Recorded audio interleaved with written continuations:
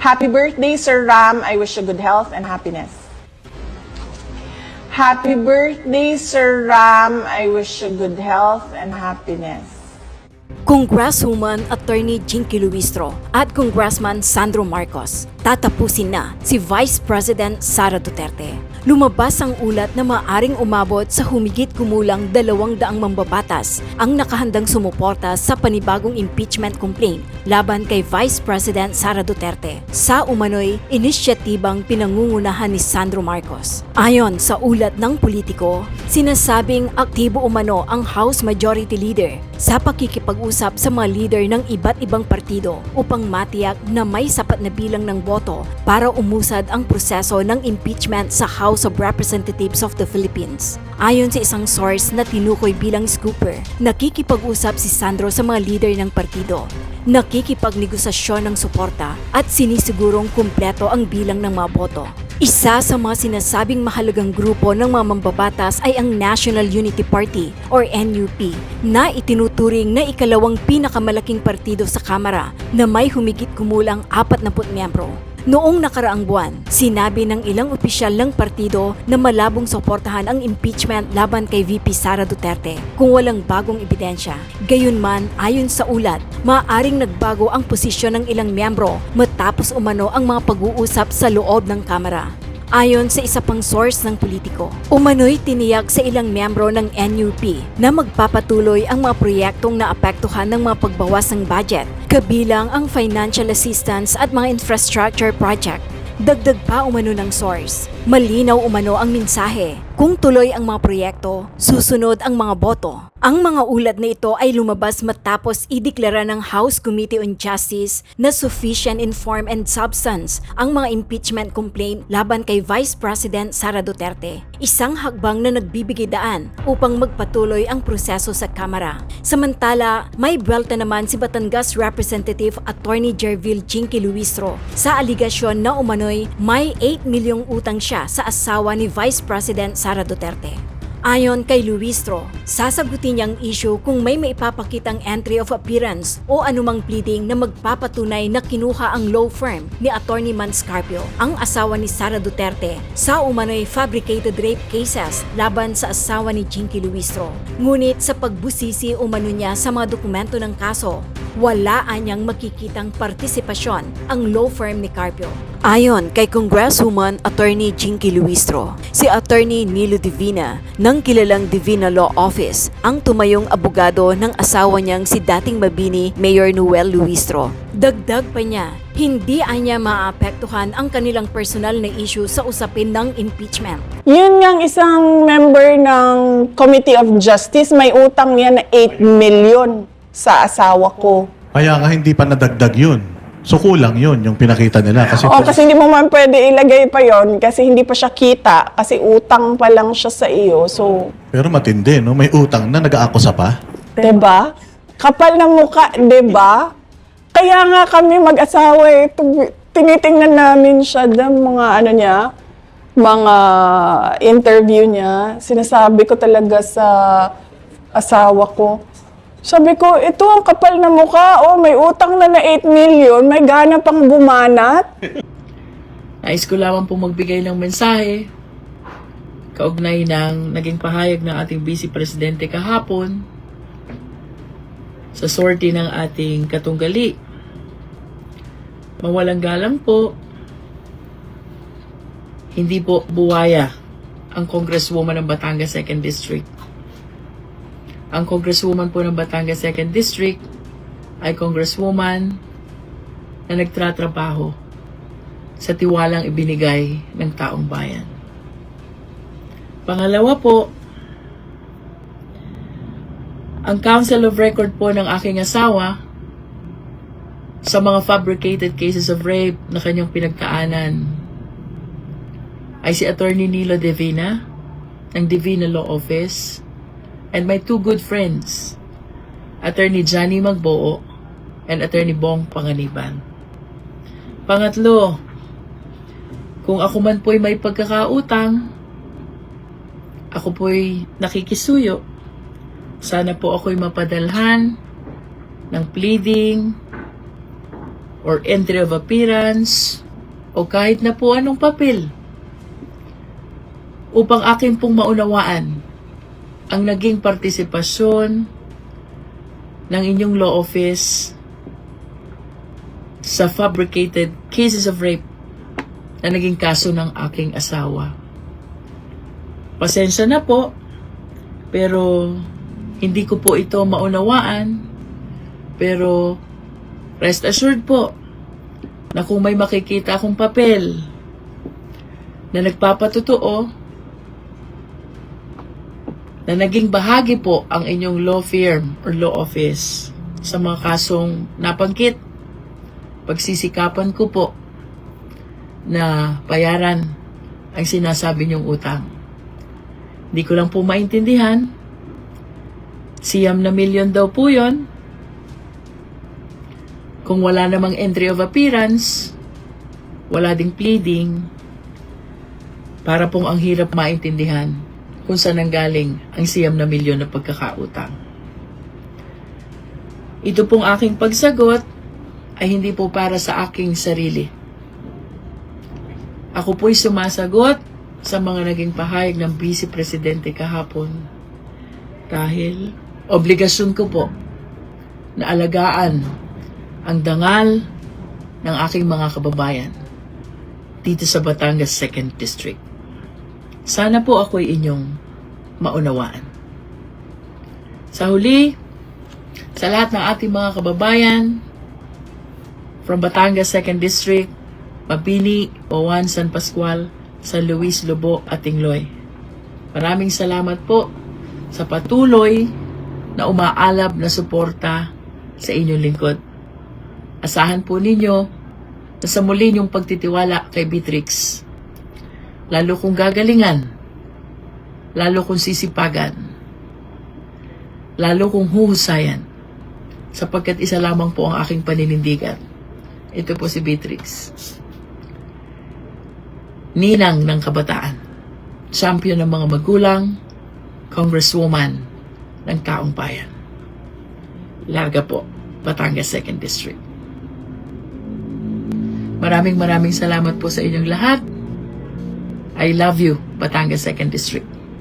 I love you, Mapini, Bawan, San Pascual, San Luis, Lobo, and Tingloy. Maraming salamat po. May bisita yung mga kalaban kahapon. Nais ko po sanang sagutin ang kanyang mga sinabi. With all due respect sa ating Vice Presidente, ako po'y sumasagot dahil hindi ko po pwedeng hayaan na madungisan ang tangal ng aking mga kababayan. Una po, ang Congresswoman ng Batangas 2nd District ay hindi crocodile. Ang Congresswoman ng Batangas 2nd District ay nagtatrabahong mambabatas dahil sa tiwalang ipinagkaloob ng ating mga kababayan. Pangalawa, with all due respect, kahit po tingnan ng records, the Council of Record of my husband in those fabricated cases of rape are Attorney Nilo Divina of Divina Law Office and my two very good friends, Attorney Johnny Magboo and Attorney Bong Panganiban.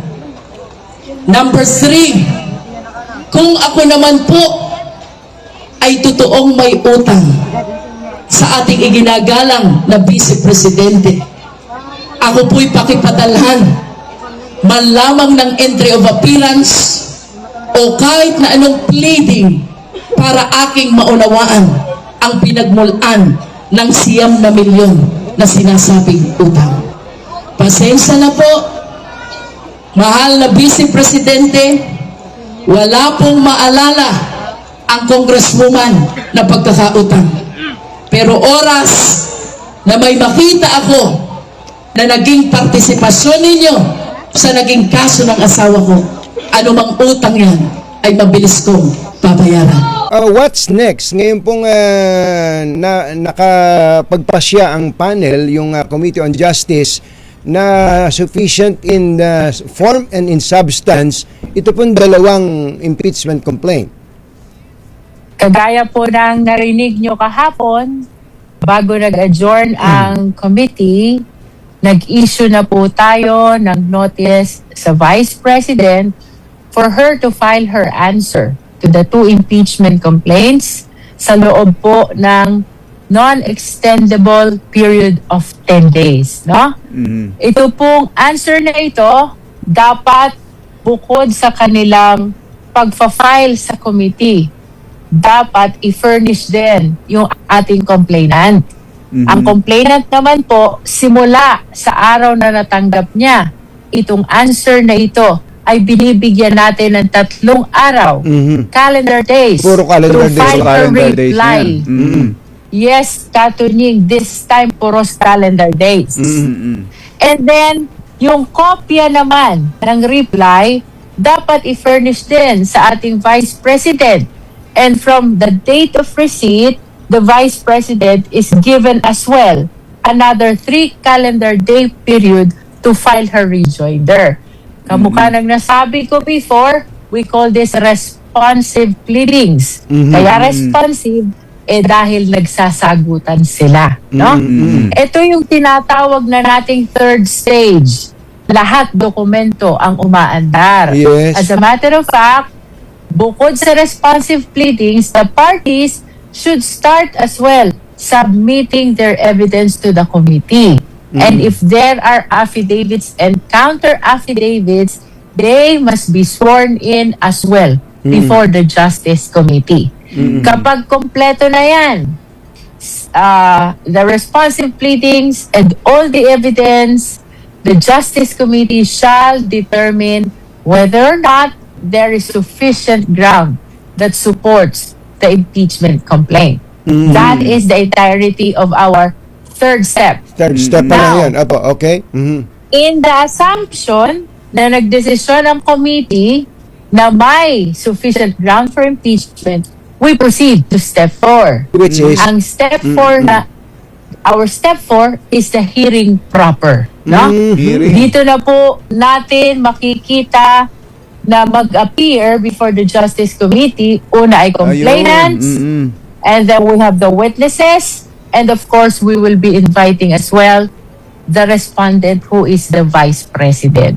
So sa, Ito yung palaging napag-uusapan. Katunying ka, Jerry, paano kung hindi dumating ang Vice Presidente? Yes. Let us understand na yung presence niya during the hearing proper is part of her due process. No? In other words, the prerogative belongs to her. Whether she wants to come or not to come, that is actually her options. No? So, pag natapos yung hearing proper, punta naman tayo sa step 5. Dito sa step 5, mas mabigat na botohan ang magaganap. No? Sapagkat kung dun sa mga naunang steps, we are requiring only, or we are required by the rule only by simple majority, meaning majority of present, Yes. so long as there is a quorum. Dito sa step 5, iba. Majority of all members, regardless Of the of the committee. present and the absent members. Oh. So, Ilan po yung itong total? step 5 natin, Ilan po yung total membership Datoy- ng Committee. committee, including the ex-officio? what I know is 39. 39. I think ang alam ko ako yung pa 40. Apo.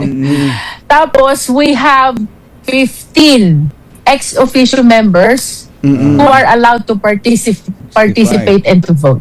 So mga 55 in total ano ang 55. Yeah, 55. ang members. So doon po ay majority of 55, meaning that's how many? 28. Mga ganun, tama ba? Tama, Diyan? tama, oh. 28. At We least will 28. assume we will assume that the 15 ex-officio members have manifested their intention already to join para makasama sila doon sa computation ng total number of members Members sa present committee. and 1/2 plus 1 to constitute the majority of the same. Ang haba ho pala ng proseso Proseso. na ngayon, ano? Hindi katulad dati, once na ma-declare na sufficient in form and substance, diretso Baka na kaagad baka na kagad sa plenary. hearing, actually sa hearing muna. Kung, Sa hearing. Yung iba, dinidiretso na kaagad sa ano. Pero dun po sa hearing, Congresswoman, parang korte na ba yan na maglalabasan na ng mga ebidensya at yung mga binabanggit bang bank accounts ay mabubuksan na dyan? Pwede na bang pabuksan ang bank accounts dyan kahit na sa committee level pa lang ang hearing? We are inclined to believe that this is the best opportunity para ilabas ang ebidensya. Because that is very significant for the members of the Justice Committee to decide the existence of probable cause, which is in our step 5. No? And we have to understand as well, ng Justice Committee ay pinagkalooban din ng batas ng power of compulsory process. Ito yung tinatawag natin na issuance of subpoena, duces tecum, if it pertains to relevant documents, and subpoena ad testificandum, if it pertains to significant witnesses to be presented before the hearing. No? So, both parties actually can file the necessary motion in order that they may avail of the compulsory process of the Justice Committee to issue subpoena duces tecum, that is for the document na gusto mong ipaproduce, like bank records. Yeah. Okay? in At other words, subpoena ad testificandum, kapag gusto mong i-compel, let us say, an official of COA to appear before the Justice Committee. hindi po ba pwedeng i-invoke ni Vice President yung bank secrecy law kapag ka po sinubpina nyo ang bank records? If you will check, Katunying, no, the exception to the bank secrecy law is impeachment proceeding.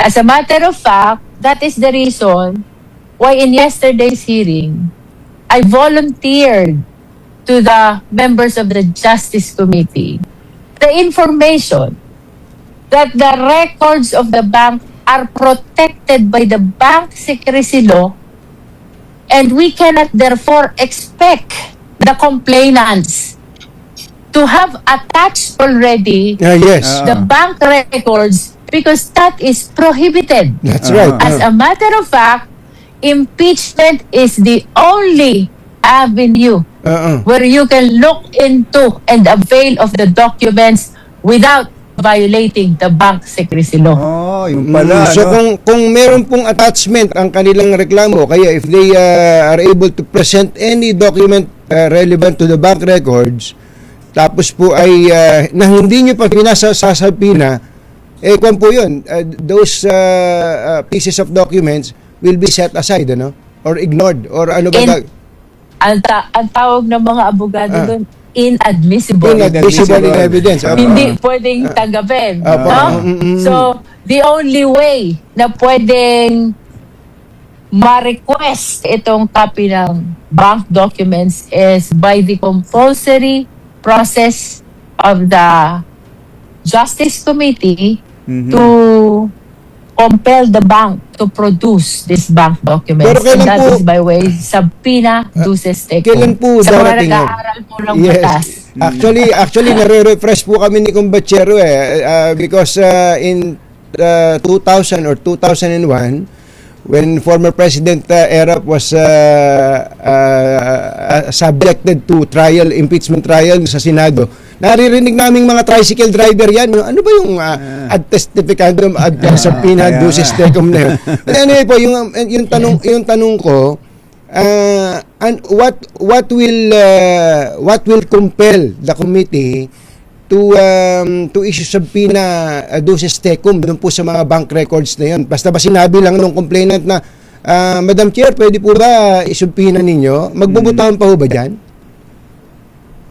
Well, I think it is best kung pagbotohan yan, no?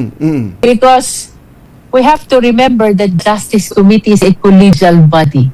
The only way to come up with a decision is by way of voting of the members, no? And considering the significance of the bank records, I am inclined to believe it should be submitted to vote. To vote. No? So, doon po ba sa mga complaints, pasensya na kayo, magiging preemptive po itong question at doon po ba sa mga inisa-isa nilang yung recital of facts na binabanggit nila, kung po ba, sobrang relevant and material po ba yung pinag-uusapan nating bank records? Bank documents? Well, I cannot speak for myself, but according to the majority of the justice members, yes, bank records are relevant because the statement of facts or the recital of facts provided the income of the respondent and the improbability of having rose the amount maintained in the bank out of the income which is being generated, no? And you will remember Congressman Terry Ridon, in giving his manifestation, shared the two SALN already. Ayun, no? And sa SALN. apparently, this SALN are not proportionate, should I say, or consistent to the amount which was being generated by the respondent during the relevant time. Naku, maganda palang mapanood yan. At sigurado naman, Congresswoman, Parang ganito siya, Katunying, no, ka Jerry? Kung ang isang empleyado ng gobyerno, pumasok ka, isang taon ka pa lang, ang sweldo mo'y 10,000 a month. Kwentahin yan. Dapat ang lumabas sa SALN mo ay 120,000 lang. And that is on the assumption na wala kang gastos. expenses, no? So I think this is the argument that Congressman Terry Ridon was trying to arrive at nung pinakita niya sa screen itong dalawang SALN ng ating Vice President, no? I think during that time, because that is 2023 and 2024 pala, no? So, ibig sabihin, VP na siya in 2022. But prior to 2022, I think she was mayor or vice mayor, and the argument that Redon was trying to arrive at, given the income that is provided to that public official, how was she able to arrive to this amount of whatever is reflected in the SALN, tapos ibabangga mo pa yan dun sa bank records, no? Which is trying to allege, no? That's why, according to the majority, and it has been ruled upon, pinagbotohan yan, no? At ito yung argument, at least, of a huge number of members of the Justice Committee. Relevant documents ang bank records. Yung po palang mangyayari sa step 5, para siyang mini trial na, no? Mini trial na para bagang dati kasi ang ina-anticipate namin yung impeachment trial mismo, no, sa Senado. Pero listening to you, parang trial na. Exciting din palang makita ng tao yung step 5 na sinasabi nyo. Are you required to go through that step 5? Pwede ba sabihin nung naramdaman nung grupo ni VP Sara na kakatayin ako dito, pwede ba? Hindi, suko na ako, dalhin nyo na sa Senado. Skip this. Pag-usapan, idalhin nyo na sa Senado para tapos na kami sa House kasi talo ako dito sa House, baka may ganon. I don't think that is possible, Katunying. We can only shorten. Pwede lang natin paigsiin ang proceeding ng Justice Committee, perhaps via a motion and vote to be raised by the justice members themselves, no? Halimbawa, overwhelming na. Tapos, justice member mismo ang mag-raise ng motion. It is believed that we have presented sufficient and overwhelming evidence already. more than the required quantum of evidence, which is probable cause in step 5. We are submitting the case for the determination of probable cause already. Remember, Katunying, isa lang naman ang kailangan mo ma-prove for you Yes. to be able to convict a respondent in the Senate trial. No? Kasi dito sa amin, probable cause lang. That is why during our last interview, I was always comparing the proceeding before the Justice Committee to a preliminary Yes. investigation by a prosecutor. That's right. No? Pag nakakita ka na ang probable cause, file mo na sa court. And that court is the Senate. No? But for the purpose of convicting or acquitting the respondent, it is not the Justice Committee. It is not the House of Representatives. It is the Senate which is empowered either to acquit or to convict the respondent. Saka, total, kayo po ay, at the end of the day, kayo po magiging one of the prosecutors dito, ano? Dapat kayo mismo, kayo Hindi mismo, ako sigurado. kung sakali, Nararamdaman mo ba? dapat kayo mismo ay kumbinsido na meron kayong, sabi nga ni Boying Rimulya, may reasonable certainty of conviction. Kayo mismo ay dapat naniniwala doon before you even agree that to vote to impeach the Vice President, di ba? I don't know if I was able to share this with you. The chairperson doesn't vote, no?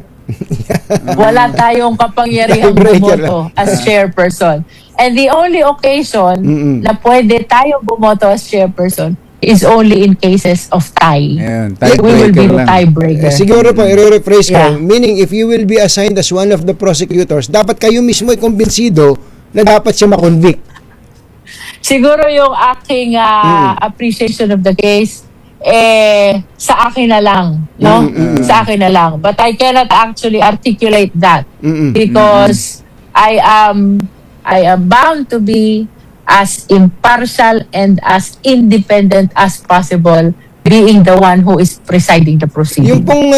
Yung pong timeline natin lang, ano, yung mga including the responsive pleadings, alimbawa walang magiging delays, kailan po magsisimula yung step 5? Yung pong parang preliminary investigation hearing. Katunying, wala tayong prescriptive period per step. Apo? The only prescriptive period that was provided by the rules is the period of 60 session days within which the Justice Committee should be able to transmit the committee report to the plenary. Pero walang specific period given to each step. As a matter of fact, even the determination of form and substance, wala kang makikita sa rules kung gaano katagal namin dapat talakayin yon. The only period that was provided, dapat matapos mo to within the period of 60 session days. At dapat ang committee report nasa plenary na within the period of 60 session days. 60 session days, hindi calendar days. No, this is session days. Session days. Ang nakita ko lang sa rules na calendar days ay yung period ng filing ng responsive pleadings. The rest are session days. Session days. Ayun, malinaw na. At mukhang doon sa prosesong ipinaliwanag ninyo ay sinunod nyo na mismo kung ano yung naging Guidance ng Supreme Court. resolution ng Supreme Court para wala na maging problema. Naitanong na lahat tungkol dyan. Doon na lang ako sa congresswoman sa survey. Ito may survey. Sa mga kababaihan. Opo. Na ilan yun? 83%. 83% daw po ng mga respondents Ng sa mga survey ng respondents. SWS ay naniniwala na ang papel ng mga kababaihan ay dapat ay nakasentro sa mga gawaing bahay at sa pamilya. Ayan. Ito ngayon. Ito ngayon ang tanong. Kayo bilang isang congresswoman ngayon at ang daming Dami niyong ginagawa ngayon sa impeachment na yan at sa iba pang issue. Paano ninyo pinaniniwalaan nyo ba itong resulta ng survey na ito? At paano nyo ginagawa na ang ina ng tahanan Kahit super busy natutugunan ninyo na kayo ang talagang in charge sa tahanan, sa pamilya. ilaw ng tahanan sa pamilya. Well, I see to it na I am able to manage my time, no? Na as soon as I finish my work in Congress, diretso na ako sa bahay. And, I spend time with my children. I spend time with my husband. Kung meron mang activity or event na kailangan kong samahan sila, I do join them para ma-fulfill ko naman yung duty ko as a mother and as a wife to my husband, mother to my children, and wife to my husband, no? And I do not totally agree to that survey because as you can see, hindi lang pambahay ang maraming kababaihan ngayon. Hindi lang pampamilya ang maraming kababaihan ngayon. As a matter of fact, no less than the Vice President is a female, right? And she's occupying the second highest position of the land, no? So, at ang dami na rin ng naging mga women leaders in our country and even in international organizations. Nakita nyo sa ICC, puros babae yung judges ng pre-trial chamber, di ba? So, siguro mas accurate na sabihin na mga babae hindi lang pang tahanan at pang pamilya, pang komunidad din. Yun, kala ko pang sports pa. Hindi lang pang pamilya, pang sports pa. Alex Iyaga, di ba Alex Iyaga? Si husband nyo ho ba, ano bang position niya yun? Mayor? Ano Ang bang- asawa ko ba? Apo. Sorry, ang signal natin actually nagpuputol-putol. Apo. My husband is the mayor in our hometown. Ayun. That is Mabini, Batangas. Mabini, And just for your understanding, that is the town of Anilao, which is the birthplace of scuba diving in the Philippines. Ayun. Ganon, no? Yun Anila. lang. Nakapag-advertise pa ako. Hindi, tama. dapat lang. Oh, so, yung mga gustong mag-scuba diving dyan sa Anilao, pumunta kayo sa Mabini at maririnig nyo rin ang kwento ng ating dakilang lumpo. Sorry, I wish to correct that, Catherine, no? Kasi palaging merong misinformation about Mabini as birthplace of Apolinario Mabini. Si Apolinario Mabini po ay ipinanak sa barangay Mabini, bayan ng Tanawan City. Tanawan. But I think our founder was very much inspired by Apolinario Mabini, and that is why our town was named after after him. Apolinario Mabini. Mahirap talaga Kasi dumadating sa amin, makipag-uwi. tinatanong nasa daw ang bahay ni Apolinario Mabini, saan daw inilibing si Apolinario. Anyway, Congresswoman, maraming salamat po. Alam namin magiging napaka-busy po ninyo. Inagaw po namin ang malaking oras niyo po ngayon. Totoo po ba na ang pangalawang presidente ng Pilipinas ay si General Miguel Malvar? Parang hindi ko na nabasa yun. Mahirap makipag-usap minsan sa abogado, ang daming alam Opo. Okay, Suman, salamat po sa inyo at thank you again for educating us sa umagang ito. Salamat po. Maraming salamat po. Maraming salamat po at sa lahat po ng aking mga kababayan from Batangas 2nd District. Uuwi po ako. Naging busy lang. Ito, mga kabunyog, pus na si Sara. Ha? Si Sandro Marcos na umano ang nagtitimon sa impeachment niya. Ha? May source tayo niyan, mga kabunyog, mga kababayan, ipapakita ko mamaya. Kaya, kung dun lang sa mga kabunyog, kung dun lang sa pagpasa sa kamera, 100% na tayo, lusot na ito. Lusot na ito sa kamera, sa House of Representatives. Sa Senado, sabi ni Panelo, hindi daw makakalusot, hindi daw makukonvict si Sara sa Senado. Pero sa tingin ko, wag magsalita ng patapos si Panelo. Medyo kahit sa Senado, delikado. Maano si Sara. Posibleng makonvict pa rin si Sara. Pag-usapan natin yan, mga kabunyog. Pag-usapan natin itong tungkol kay Sandro Marcos. May 200 plus na umanong kongresista na nakuha si Sandro Marcos. Yan 200 plus ng kongresista ang nakuha ni Sandro Marcos na pipirma o susuporta sa impeachment ni Sara. Saan galing ang balitang yan? Mga kabunyog, yung balitang yan ay galing sa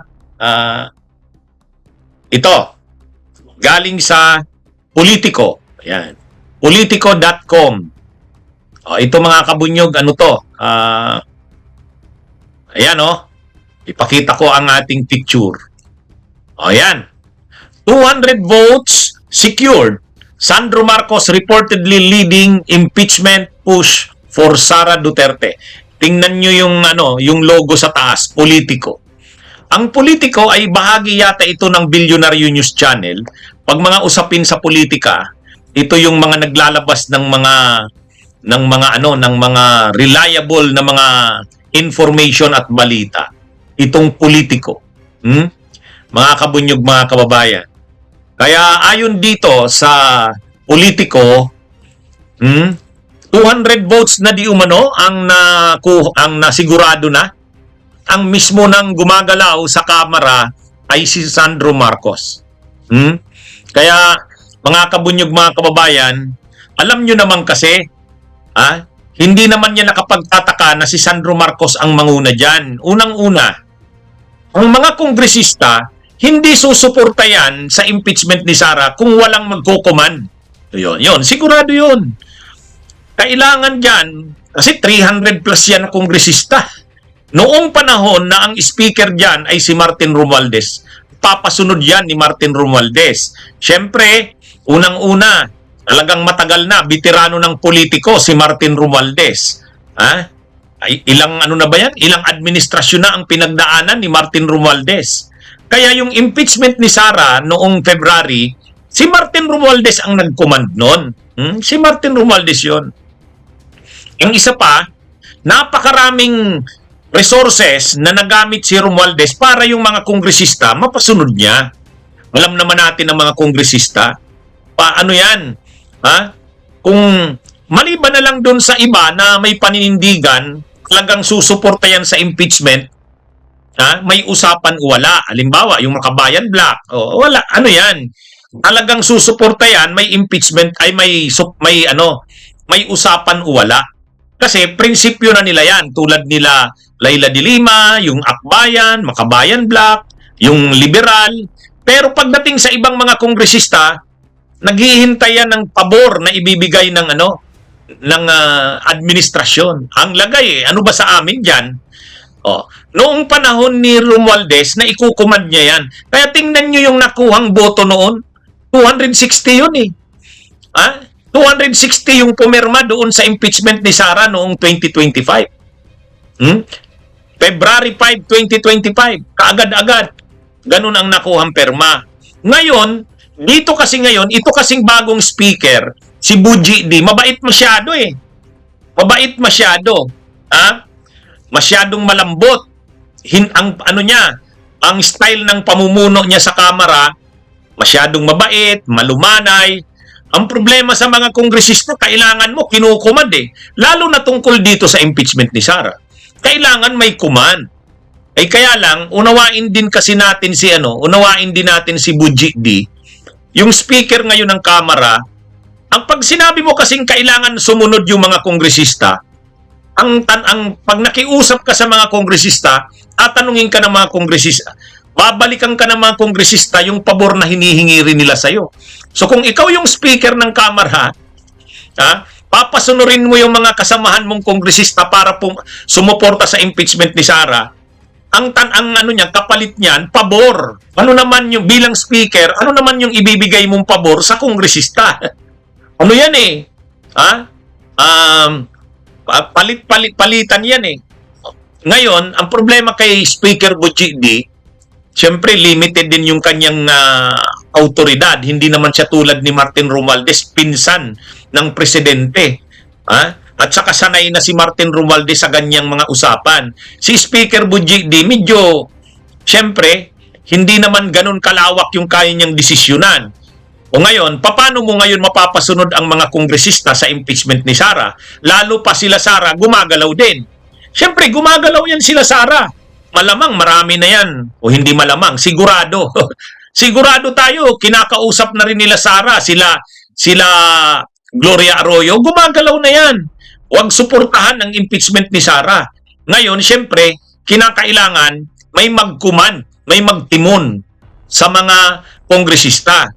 Ngayon, kung hindi kaya ni Speaker Butchigdi, kailangan yung susundin talaga ng mga kongresista. Sino ba ang susundin ng mga kongresista? Kung si Speaker Butchigdi ay medyo malamya, sino sa Kongreso ang pwedeng sundin ng mga kongresista dahil may autoridad ang kanyang boses. Eh siyempre, yung anak ng presidente. Siyempre, yung anak ng presidente, majority floor leader, si Sandro Marcos. Kaya ngayon, ang balibalita, nakasigurado ng 200 votes. Si Sandro Marcos na mismo ang nangunguna. O yan. Kaya ito, kapag si Sandro Marcos ay gumalaw na, kung ikaw kongresista, kinausap ka ni Sandro Marcos, ang titingnan mo dyan, hindi si Sandro Marcos, yung nasa likod ni Sandro Marcos. Sino ba yung nasa likod ni Sandro Marcos? Ay di ang presidente. Presidente. Kasi kung hindi ang presidente ang nasa likod niya, hindi sang-ayon ang presidente sa impeachment ni Sara, gagalaw ba yan si Sandro Marcos ng ganyan? O sige nga. Di ba? Siyempre si Sandro Marcos, gagalaw yan ng ganyan dahil siyempre nagtanong muna yan sa kanyang ama. Ay siyempre, malinaw na dito, may go signal ang presidente. Yan. At kapag si Sandro Marcos na ang gumalaw, sunuran na niyan ang mga kongresista. Sunuran na yan. Kaya, anumang gawin ni Sara Duterte, anumang gawin nila Gloria Arroyo, anuman ang pananakot ng mga DDS, anuman yung sinasabi nilang, sige, suportahan nyo ang impeachment ni Sara. Pag nanalo siya sa 2028, lagot kayo. Wala yun. Hindi uobra yan kasi kapag ang gumagalaw na mismo, si Sandro Marcos na, galaw na yan ng Malacanang. Galaw na yan ng Malacanang. Di ba? Hindi sa totoo lang. Sa totoo lang, yung impeachment ni Sara, kung ang nagsusulong lang yan ay yung Makabayan Black, sila Laila de Lima, hindi lulusot yan. Hindi lulusot yan. Ang malinaw na dito, talagang mayroon ng mayroon ditong basbas na ang Malacanang. Igo nyo na yan. Igo nyo na yan. Makikita naman natin yan doon sa butuhan noong Justice Committee. Imagine nyo, 54-1, 0 abstention. Di ba? Kumbaga 54-1. 54-1. Hindi man lang one-third yung against. Kaya itong mga kongresistang nagsasabi, halimbawa si Congressman Ronnie Puno ng National Unity Party. Anong sabi ni Congressman Ronnie Puno? Sabi niya, hindi kami boboto hanggat walang matibay na ebidensya. Drama lang yun. Drama lang yun. Ano yun? Kukontra na ba si Ronaldo Puno ng National Unity Party? Kukontra na ba sa command ng administrasyon? Hindi yan. Hindi yan. Ano na ito mga kabunyog, mga kababayan? Ito, sa tingin ko dito, magandang development ito. Kasi makikita mo na dito, wala na yan. Lusot na yan sa kamera. Kumbaga, done deal na yan. Pero kung hindi gagalaw ang Malacanang dyan, lalo na't wala na si Romualdez, tapos mahina pa si Speaker Butchigdi, baka talaga makukuha pa rin yung 105 na votes, yung 1/3, pero pahirapan at saka baka lumampas lang ng konti, baka mag 125 lang or 115, ganon. Pero kung ganito na si Sandro Marcos na yung nagtitimon, nagkukuman, na yan, Malacanang na ang nasa likod dyan. Finish na yan. Tama si Kabunyog Reynaldo Gonzales. Hindi, sa totoo lang. Tanggapin na ninyo yan. Tanggapin na ninyo yan, mga DDS, na na ito. Finish na si Sara dyan. Pagdating sa kamera. Pagdating sa kamera. Na yan. Sigurado na yan. Mga kabunyog. Mga kababayan. Salamat Isla Polsa sa pag-send ng donation. Ngayon ang tanong, makalusot kaya sa Senado? Assuming na pumunta sa Senado, wag palang assuming. O sige, sigurado na. Dating makakaano na sa Senado. Makonvict kaya si Sara sa Senado? Yun yung malaking tanong. Kasi ang kailangan doon, ang kailangan na dyan, 2/3 ng 24. O, 2/3 ng 24 is 16. Sabi ni Panelo doubts Senate will convict Sara. O, yan ha. Yan naman ang pananaw ni Panelo. Ha? Si Panelo, hindi nyo, nakalimutan nyo na ba si Panelo? O, nandyan pa ba si Panelo? Nandyan pa pala yan? Ha? Anyway, ang sabi ni Panelo, duda daw siya na makukonvict si Sara. Oh, maraming mga DDS ang naniniwala, wala yan. Pagdating sa Senado dyan, hindi yan makukonvict si Sara. Kasi mahirap daw makuha ang 2/3. Ha? Ang 2/3 kasi is 16. 16. Ha? Mga kabunyog, mga kababayan. So, sa mga DDS, kumpiyansado sila na si Sara Duterte ay maa-acquit. Kumbaga, pagdating sa Senado, hindi makukuha yung required na boto na 16. Kasi mahirap daw yung 16. Marami daw na mga senador, kakampi pa rin ng Duterte. Oh, yan yung sinasabi nila. Ha? Sabi yan ng mga DDS, ha? Tsaka itong si Panelo. Siyempre, ang binibilang nila dyan, sa ngayon kasi 9 yung minority senators. 9. Sino ba yung 9 na yan? O, siyempre, ang 9 na yan, si Cayetano, si Escudero, si Marcoleta, si Estrada, si Villanueva, si Bongo, si Bato, si Padilla. Sino pa bang nakalimutan ko? Ha? Sino pa ba? Si Aimee. O, si Aimee. O, di Siyam. Siyam. O, yan yung Siyam. So, sabi nila, pag may Siyam yan, 24 yan, 24 minus 9, 15. So, ibig sabihin, yung 50 na yon na nasa majority, kulang ng isa. Kulang ng isa. So, hindi daw kakayanin ang 16. Oh, yan yung sinasabi nila Panelo. Kasi yung 9 daw na pro-Duterte senator, solid yun. Hindi babaliktad yun. Oh, yun ang sinasabi nila dyan. Wala yan. Yung 9 daw na yan, hindi babaliktad. Kahit daw dun sa 15, mayroon pa doon na Sara. Halimbawa, si Pia Cayetano, kabilang doon sa 15. Pero ang totoo, doon daw yan kay Sara. Kaya magiging 40 na lang yung 15 ng majority. Ang isa pa, Anya, si JB Ejercito Anya, pag tinawagan niya ni Erap, buhay pa naman si Erap, sinabihan niyan, anak, i-acquit mo si Sara, susundin daw yan ni JB. Susundin niya ni JB, di ilan na. Kumbaga yung 15, mababawasan ni Pia, ni JB, di ilan na lang, 13. Yung dalawa pang bilyar, yung Camille sa Mark, mababawas pa, di 11. So ang sinasabi nila, ang halos sigurado lang na parang magkukunbi kay Sara ay 11. 11. Yan yung rason na sinasabi ng mga DDS na mahihirapan na makonvict si Sara. Kasi nga marami pa rin ang mga senador nakakampi niya. Ang kailangan na boto ay 2/3. Yan yung sinasabi nila. Kaya si Panelo doubts Senate will convict Sara. Yan din yung sinasabi ng mga Duterte supporters. Sure win daw sila, sabi ni Argo. Mga kabunyog. Siyam yung kanila sa minority, tapos si Pia Cayetano kasama sa 15 sa majority, kakalas pa yan. O di ilan na lang. Yung 15 mababawasan ng isa, si Pia. Mababawasan pa ni JB kasi kakausapin ng ama. O di ilan na yan. Kumbaga 30 na lang. Yung dalawa pang bilyar.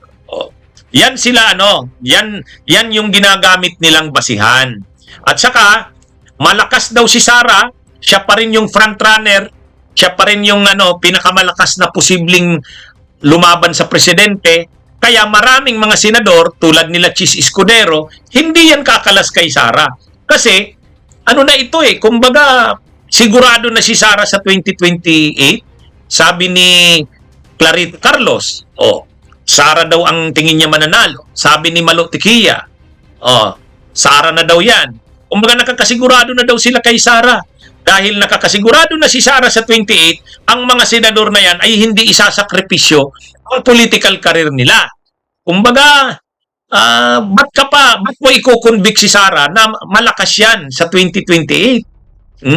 Pag hindi mo kakalabanin si Sara, kaya yung mga senador anya na yan, marami diyan hindi mapapabaliktad. Yan yung sinasabi nila ng mga Duterte. Yan din yung sinasabi ni Panelo. Ganyan yung kanilang rason. Bakit nila sinasabi na mahihirapan anya ang pagkunbi kay Sara. Kaya kahit makalusot anya yan sa Kamara, dahil sigurado na yan, sa Senado mahihirapan. Mahihirapan sa Senado. Dahil ang karamihan sa Senado ay pro-Duterte pa rin. At kahit yung majority na kasamahan nila Soto, nila Lacson, mayroon pa dyan mga Duterte. Yung 15 na majority, anya, at nandyan daw si Pia, yan, Duterte pa rin yan. Pag sinabihan niya ng kapatid niya na si Alan Peter, at saka si JB Ejercito, ang magkukumbinsihan niya kay JB Ejercito ay si Erap. Si Erap. Tsaka may sinabi daw si JB Ejercito, ayaw niya ng impeachment kay Sara. Ayan. Ngayon, totoo kaya yan? Sige, sagutin naman natin yung tanong. Totoo kaya yan na hindi nga makukonvict si Sara sa Senado? Pwedeng sabihin natin ganito.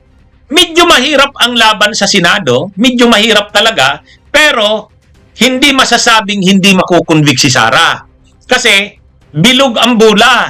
Ang lahat ng bagay nagbabago. Tama yan. Kung titingnan mo ngayon, siyam yung mga senador na pro-Duterte. Tapos kahit sa majority, nandyan si Pia Cayetano. Pwedeng kumalas yan. Pwedeng sumama yan sa Duterte. Kakampihan yan si Sara. Ganon din si JB Ejercito. Pwede yan. Pero, tandaan natin, marami ring i-consider. Si Bato de la Rosa at si Bongo. Nagtatago na nga ngayon si Bongo. Paano niya pa ngayon maipaglalaban si Sara? Paano niya pa ngayon mabubutuhan si Sara? Nagtatago na nga siya ngayon eh. Pag lumabas pa yung kay Bongo, isa pa yan. Isa pa yan. Di ilan ang mawawala? Dalawa na. Tapos itong si Chis Escudero, si Joel Villanueva at si Jingo Estrada, ito ang tanong. Ito ang tanong. Okay, Sara Duterte kayo. Pero kung nanganganib kayo, hindi nanganganib, nandyan ang banta sa inyo na makukulong kayo. Kakalabanin mo ba ang administrasyon? Siyempre, gagawin mo ang lahat, makikiusap ka sa administrasyon. Ano yan eh? Sinong poprotektahan mo? Sarili mo o Sara Duterte? Poprotektahan mo si Sara, ikaw nga marami kang problema. Nandyan yung nandyan yung mga nakaambasa yung mga kaso. Si Jingo yan si Joel at si Cheese. Pag sineryoso yung mga kaso na yan, makikiusap yan. Kaya, sa pagitan ng kay Sara at sarili nila, alin kaya yung isisilbi nila? Ay, isasalba nila? Diba? Alin ang isasalba ni Chis Escudero, ni Jinggoy at ni Joel? Si Sara o sarili nila? Siyempre, pwedeng gamitin yan nila Jinggoy, pwedeng gamitin yan ni Joel, pwedeng gamitin yan ni Chis. Okay, buboto kami sa pagkunbi kay Sara. Paano naman kami yung problema namin? Di ba? Alam naman natin ang ng mga bagay-bagay sa mundo. Di ba? May malaki kang problema. Ngayon hihingin ang pabor mo na i-convict si Sara. Siyempre, hihingi ka ng kapalit. Ano kaya ang hihingin mong kapalit? Kaya ibig sabihin dito mga kabunyog, mga kababayan, real talk lang tayo. Real talk lang tayo. Ang sinasabi ko, may punto yung kampo ng Duterte. Medyo mahirap nga na makonvict si Sara. Pero bilog ang bola. Naaalala nyo nung panahon ni Corona? Si dating Chief Justice Corona, pinapa-impeach ni Pinoy. Ano ang kwento ni Trillanes nung nag-guest siya sa talakayan ko? Sabi ni Trillanes, kasi member siya ng Senado noon, nung simula daw, 13 na ang pabor kay Corona, acquit si Corona, 13-10. 10 lang daw sila na kumbinsido talagang i-convict si Corona. Ang problema nga, 2/3 ang kailangan. 16. So anong ginawa daw? O alam naman natin ang ginawa. Tinatanong ko niyan si Ronald Llamas dahil siya yung Presidential Advisor on Political Affairs. Ronald, ano ba yun? Totoo ba yung sinabi ni Corona nung in-interview si Corona? Kinausap nyo daw yung mga senador, pinatawag nyo mismo sa Malacanang. Pagkatapos noon, nakuha na yung 20 na boto. 20 yung nag-convict kay Corona, natawa lang si Ronald Llamas. Sabi ni Ronald Llamas, hindi ko sasagutin yung mga tanong na yan. Tumatawa siya. Di ba? Di ba? So anong punto ko dito? Kung dito sa Kamara, gumagalaw na si Sandro Marcos, sa Senado, hindi kaya gagalaw uli ang Malacanang para makonvict si Sara Duterte? Ha? Hindi kaya? Sige nga. Ha? Sa sitwasyon ngayon na malapit na ang 2028 elections. Malapit na, ha? Malapit na. Magpapasigurado ang Malacanang. Diba sinabi ni Igay Erese? Tama yun si Igay Erese. Pag nanalo si Sara Duterte, gagawin ang lahat niyan laban sa Marcos at sa Romualdez. Ipapakulong yan o kaya ipapa-exile. Oh, yan yun dalawang papupuntahan yan. Papayag ba ang Marcos sa ganyan? Alam mo na posible kang kasuhan at ipakulong ni Sara. Posible kang ipatapon, i-exile. O di gawin mo na yung sigurado na hindi manalo si Sara. Ano yung sigurado na hindi manalo si Sara? Di wag makatakbo. Paano siya hindi makatakbo? Eh di convict mo sa impeachment. Eh di ba? Simple lang yun. Simple lang yun. Ay nakikita nyo ngayon, gumagalaw na daw sa Kamara si Sandro Marcos. Ha? Si Sandro Marcos. O ibig sabihin niya, hanggang na yan sa dulo, kaya nga yung mga kaya nga yung mga kongresista, sabi ng mga kongresista, talaga bang i-impeach si Sara, i-convict? Kasi kung hindi lang i-convict sa Senado, wag na nating suportahan dito sa Kamara yan. Di ba? Di ba? Oh, mukhang sinabihan na ang mga kongresista. Sigurado yan. Suportahan niya lang dito sa Kamara, sa Senado, madali na lang yan. Gagawan niya ng paraan. Alam nyo, dapat matuto sila Panelo, dapat matuto sila Panelo sa nangyari kay Duterte sa ICC. Di ba? Nung ibig kong sabihin. Ay, ang tagal nilang naniwala na hindi naman ipapadala sa ICC si Duterte. Oh, sabi ni Bato, hindi, nakausap na namin ang Malacanang. Hindi, sinabi mismo ng presidente, hindi idadala sa ICC si Duterte, hindi isusurrender, hindi magko-cooperate sa ICC. O anong nangyari sa bandang huli? Oh, nung tinanong si Ombudsman Boying, bakit nagbago ang stand ng gobyerno tungkol sa ICC?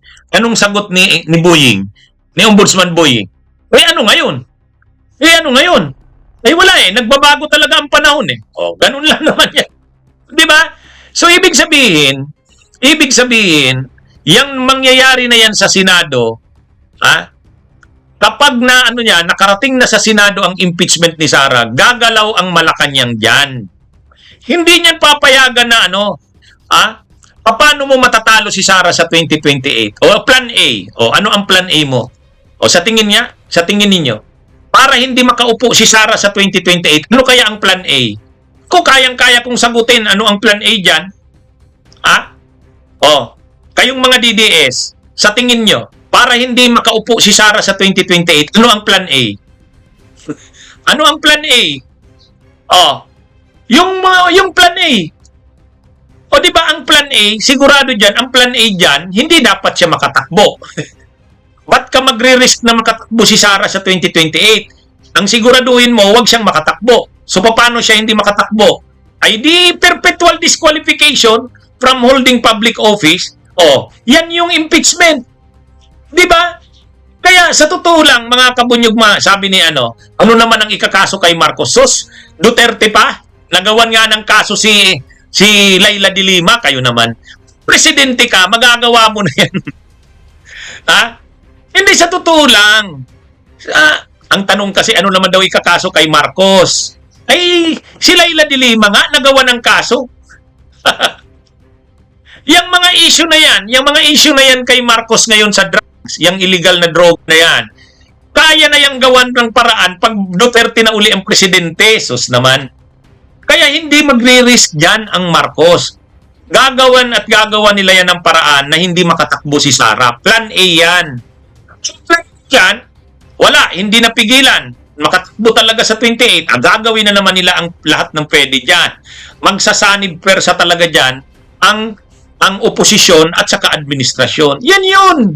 Yan yun. Kaya, ano ito mga kabu... Ako kasi real talk ako eh. Kung ano ang dito, yan talaga. Kaya yung mga nagsasabi, na wala yan. Hindi lulusot yung ano na yan. Oh, hindi anya lulusot yung ano na yan, yung hindi anya makukonvict si Sara. Ay, kung ang Malacanang hindi makikialam, hindi makukonvict si Sara. Ibig sabihin, hahayaan lang ang mga senador mag-decide sa sarili nila? Wala, hindi makukonvict si Sara. Ha?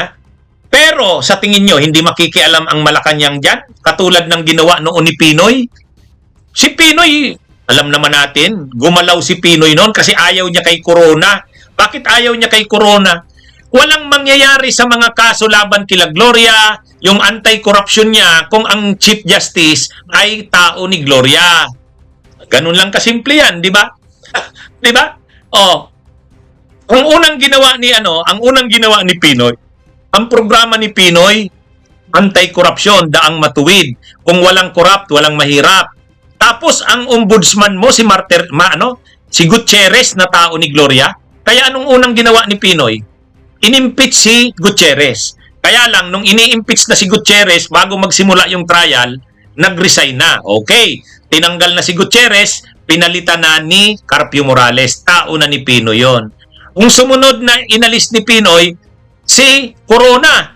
Kasi si Corona ay dating chief of staff ni Gloria nung nasa Senado pa. Talagang tao talaga yan ni Gloria. So, kailangang alisin si Corona. Yan na yung impeachment kay Corona. O ngayon, ito bang si Sara? Ha? Paano yan hindi makakatakbo sa 28? Plan A, dapat makonvict sa impeachment. Paano makukonvict? Gamitin mo ang lahat ng nasa disposal mo. Presidente ka ng Pilipinas, sa inyo ang Malacanang. Gamitin mo ang lahat ng kapangyarihan mo na nasa disposal mo. Yan ang totoo dyan. Aaminin ba yan ng Malacanang? Ay, natural hindi. Natural hindi. Aamin ba yan? Pero, sa tingin nyo ba, hindi niya gagawin yan? Pareho rin yan kay Duterte. Ay, inaamin ba ni Duterte na siya ang nasa likod ng pagpapakulong kay Dilima? Natural hindi. Diba? Pero sino namang maniniwala na hindi si Duterte ang nasa likod ng pagpapakulong kay Dilima? Lahat gumalaw? Lahat gumalaw, DOJ, NBI, Bucor, Kongreso, lahat, as in lahat. Oh, sino ang makakapagalaw ng lahat ng yan sabay-sabay? Presidente lang yan. Di ba? Ay, hindi, real talk tayo. Real talk tayo. Oh, yung pag-aresto kay Duterte at pagdala sa ICC, natural hindi sasabihin ni Marcos yan. Natural hindi aaminin ni Marcos yan. Sino ba ang mga gumalaw para maaresto si Duterte at madala sa ICC? PNP, CIDG, DOJ, DFA. Oh, di ba? Lahat gumalaw yan. Mapapagalaw mo ba ang lahat ng yan? Kung hindi yan order ng presidente? Hindi, sa totoo lang real talk lang tayo. Oh, ito, balik tayo dito sa topic natin. Si Sandro Marcos ba gagalaw yan ng ganyan? Ikukompromiso niya yung pangalan niya? Alam naman na pag gumalaw siya, siyempre i-associate sa ama niya. Siyempre, the fact na gumagalaw ngayon si Sandro Marcos, ibig sabihin, kung totoo yung sabi ng politiko, ibig sabihin yan, mayroon ng decided na ngayon ang Malacanang. Ang problema kasi nung nakaraang impeachment ni Sara, si Marcos mismo nagsasabi, hindi, ayaw ko ng impeachment. Hindi ko suportado yan. Kaya anong nangyari kay Chis Escudero? Hindi naman pala gusto ng presidente. Mayabang si Chis. Mayabang si Chis kasi nagsabi na si Marcos eh. Ganun din ang Korte Suprema. Yung Korte Suprema nakarating na sa kanila na ang presidente hindi niya suportado ang impeachment. Kaya tingnan nyo, unanimous yung Korte Suprema. Kahit naman sabihin mong ang judiciary, ang Korte Suprema ay independent, pero naghihintay pa rin yan ng ng Malacanang dito sa issue na to. Di ba? Ganyan yan. Yan ang reality. Anyway, abangan natin yan. Abangan natin yan, mga kabunyog, mga kababayan. Ako kasi real talk ako. Real talk ako. Sige mga kabunyog, mga kababayan, magandang araw sa inyong lahat. Mag-subscribe at i-click ang notification bell para sa mga susunod na video updates. Maraming salamat po.